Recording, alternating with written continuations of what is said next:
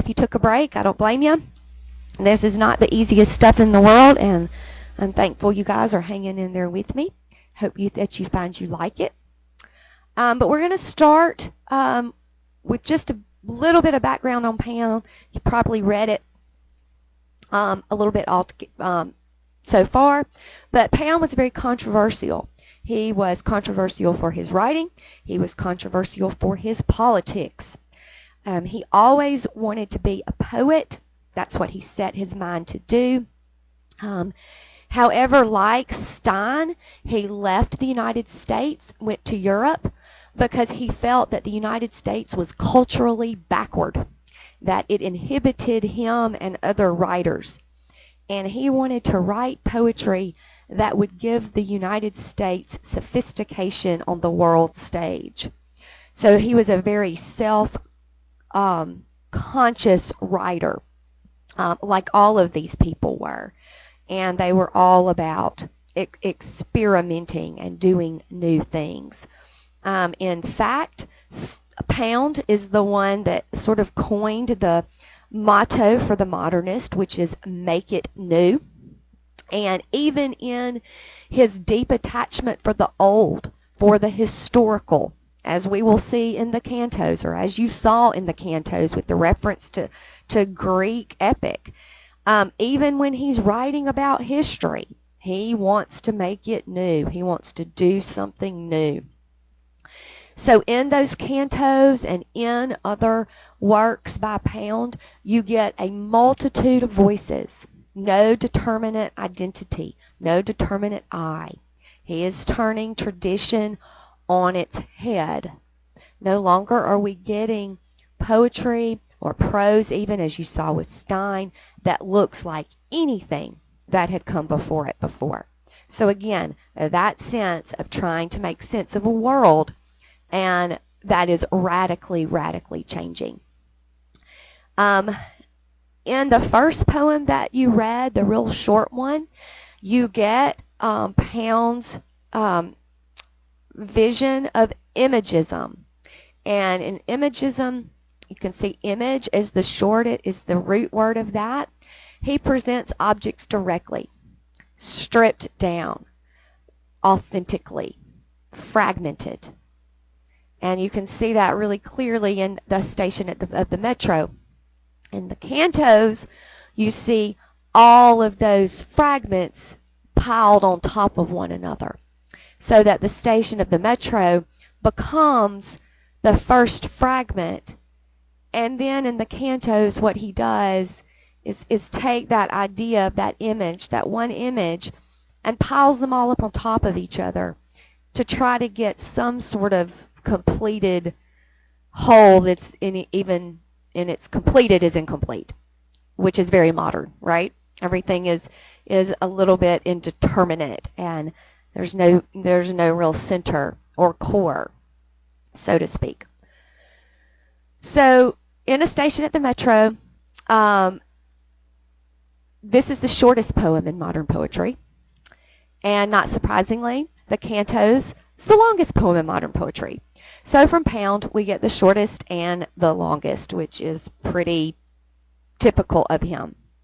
At the end of his life, he was charged with treason because he allied with the Italian fascist regime of Mussolini and started broadcasting wartime snippets over the radio that were openly anti-American, openly anti-FDR, and openly anti-Semitic.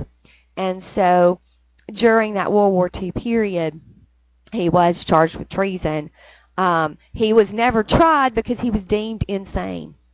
And so he was ultimately sent to a sanatorium for people who were too insane to stand trial. So anyway, let's look at the station of the metro first. Sorry, I'm getting confused. I'm getting a little bit ahead of myself. One of the things that I think is interesting that Pound even acknowledged himself about the cantos in a letter to another writer, James Joyce, I have begun an endless poem of no known category, all about everything. And indeed, in the cantos, it's 800 pages long. You get philosophy, economics, art, history, everything kind of all smushed in together. And we'll see just a snippet of it as we read the first canto. But let's look at in a station of the metro, and so we can see his imagism in a very concrete way. He is basically talking about here and showing how the image is a primary unit of poetry. And so he wanted to master that primary unit. So the setting for this poem is that he was in Paris and he was riding their metro. That's what they call their subway system. And he emerged from the metro and he saw all these beautiful faces, one after another after another. And he tried to find words to express what he saw. Initially, he wrote 30 lines, and then he destroyed them. 6 months later, he wrote half of that, so he wrote about 15 lines. And then a year later, he ended up with these two. The apparition of these faces in the crowd, petals on a wet black bough. So you get this fragment. You get a clear inability to express what all he was seeing and the beauty that he was seeing in all these individual faces. So they became each a petal. And so this is his example of imagism, taking one image and letting it be the primary unit of poetry. And here it's just a couplet. In the cantos, then, what you get is an accumulation of images, like I said before. You get history, but with no real organized view. Each canto has a different form, and each one is new. They are only connected in the sense that they are grounded historically, that they are grounded in history. But there is no beginning. There is no trajectory like we typically see or read a history text, for example. He is projecting history as something that accumulates, that repeats, and that never ends, which is what history is. Even though we tend to see it, right, chronologically, he was saying, no, it's a bunch of accumulation of fragments. Again, very, very modern. So let's look at this first canto that you had to read, and I want to point out some things to you. Notice that in this striving for presenting history as something that accumulates and repeats and doesn't end, that this canto starts with the word and, right? And then went down to the ship. There is no subject, right? Who is going down to the ship? And so we're starting with action, okay? Not with a person per se, but with action.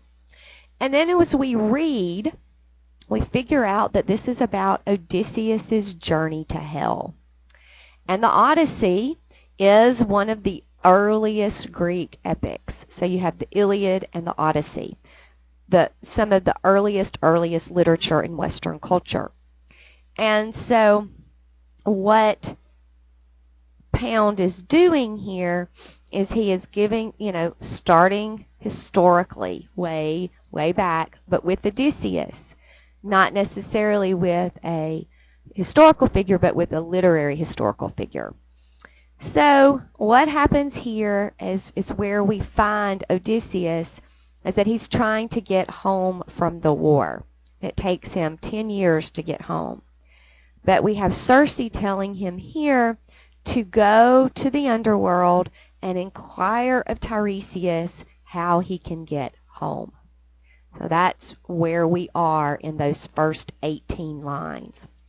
But it's important to point out that starts in the middle of the action. And so we get the story of Odysseus going to the underworld to seek out Tiresias. And then this is his goal right here. So if we pick up on line 41, that he's down in the underworld doing all these different things till he should hear Tiresias speak.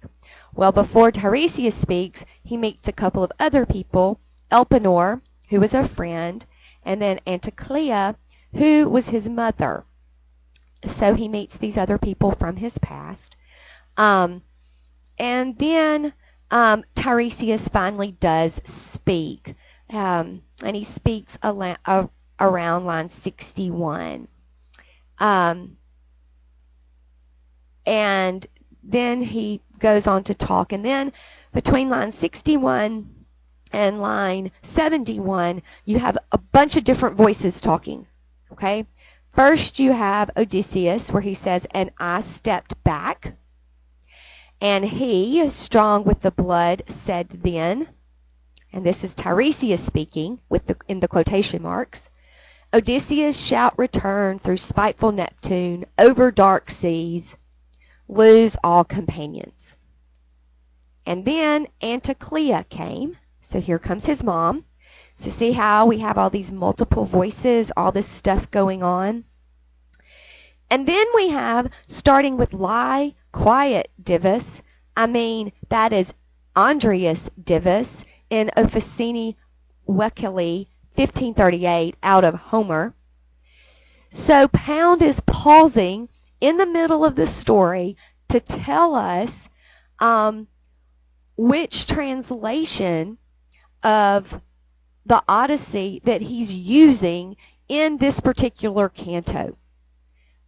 So it's like we've got Odysseus as the I, then we have Pound interjecting himself, and we have Tiresias talking, all in a matter of like 5 lines. And then he goes back to Odysseus, and he sailed. Okay? So that is very much Pound, and that is a very modern, with this multiple voices, the interjection of himself into this history. And then as you get to the end, it's important to realize and to notice how this canto ends. It ends with "so that," colon. So it's almost like the colon is the gateway through which the rest of the poem and history will pass. So Pound is relating past into present and making it new.